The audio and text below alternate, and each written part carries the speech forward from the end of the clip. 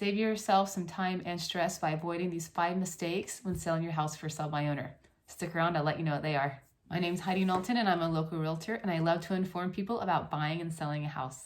The very first mistake that I see all the time is the house is priced too high. It's really important that you get really detailed comps when you're thinking about how to price your house. It's always best to price your house too low than to price it too high, because pricing it too high hurts you every single time.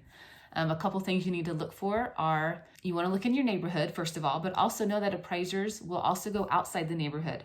So I hear this a lot where someone tells me, where my neighbor's house, it sold for $400,000. So my house should sell for $450,000 because my house is better.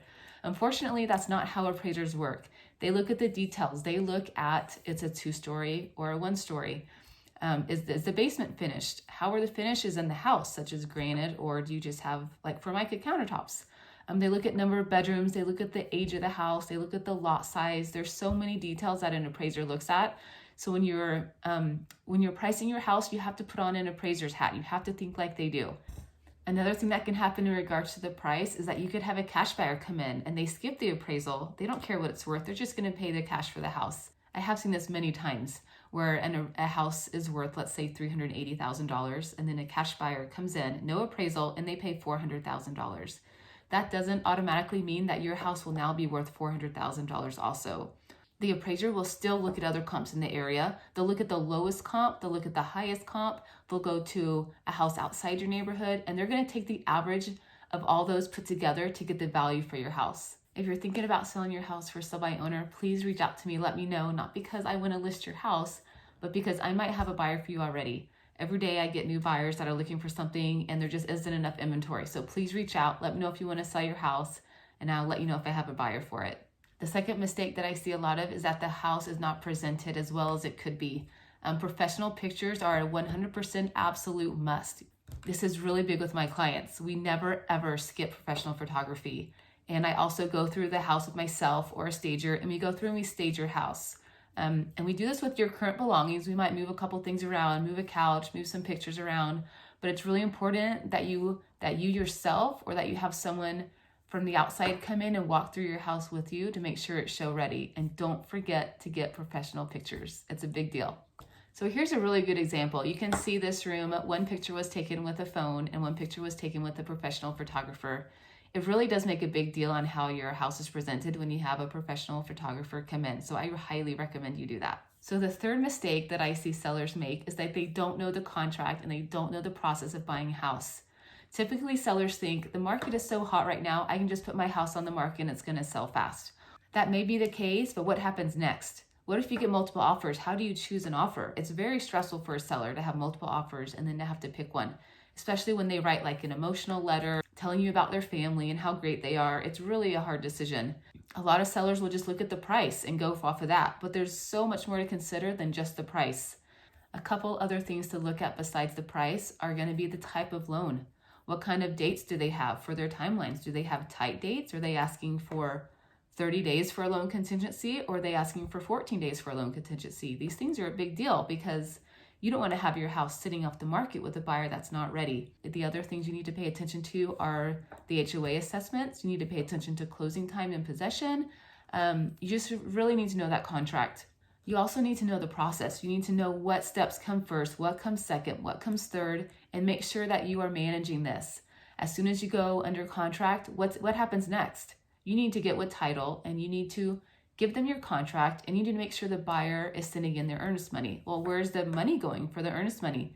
Is it going to the buyer's brokerage? Is it going to the escrow company? Are they holding it? These are all things that you need to think about ahead of time and know what you want. And you need to know how to make sure that all this is happening seamlessly. I won't go into detail on everything, but another issue that comes up is home inspection. You need to be able to negotiate that with the buyer.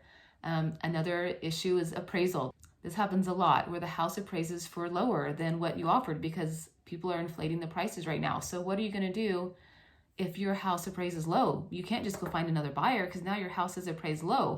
You're going to have that issue with the next buyer also. So just be ready for these things, know the process, go through the contract, read it all line by line, and know what to expect. You can leave money on the table by not doing this. I've actually seen it happen where money was left on the table because the seller didn't know that he agreed to pay for something that was in the contract. And also know that if you're working with a buyer's agent, which you most likely are, they have the upper hand. They know that contract inside and out. They know what comes next.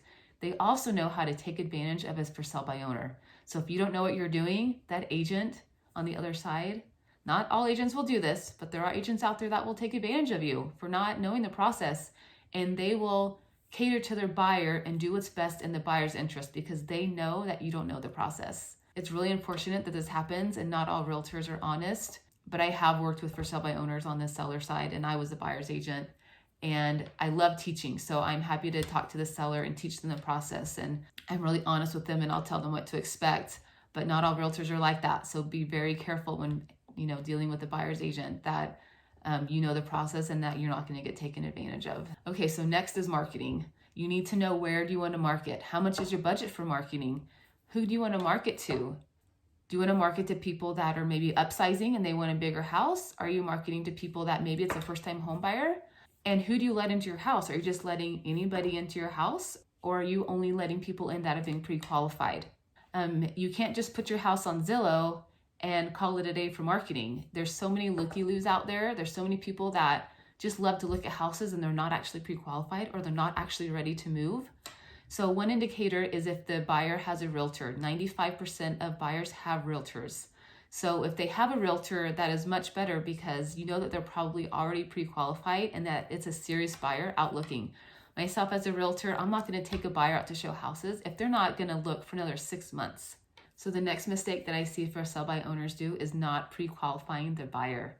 So if you have a buyer and they want to buy your house, they need to be pre-approved. And not only do they need to be pre-approved, but you need to call and talk to the lender. You need to call them and say, how's this buyer? How's their credit? How's their income? And you also need to check in throughout the process. If you accept this buyer, everything looks good, check in with the lender. Don't just wait 30 days and then the buyer calls you and says, sorry, my loan didn't go through. This has happened so much and it's so avoidable. Just keep in contact with the lender, make sure everything is going smoothly, and you'll get your house closed quickly. Be sure to check out my other video on what to expect when selling your house for sell by owner. If you found this video helpful, please like it, please share it with your friends, and subscribe to my channel.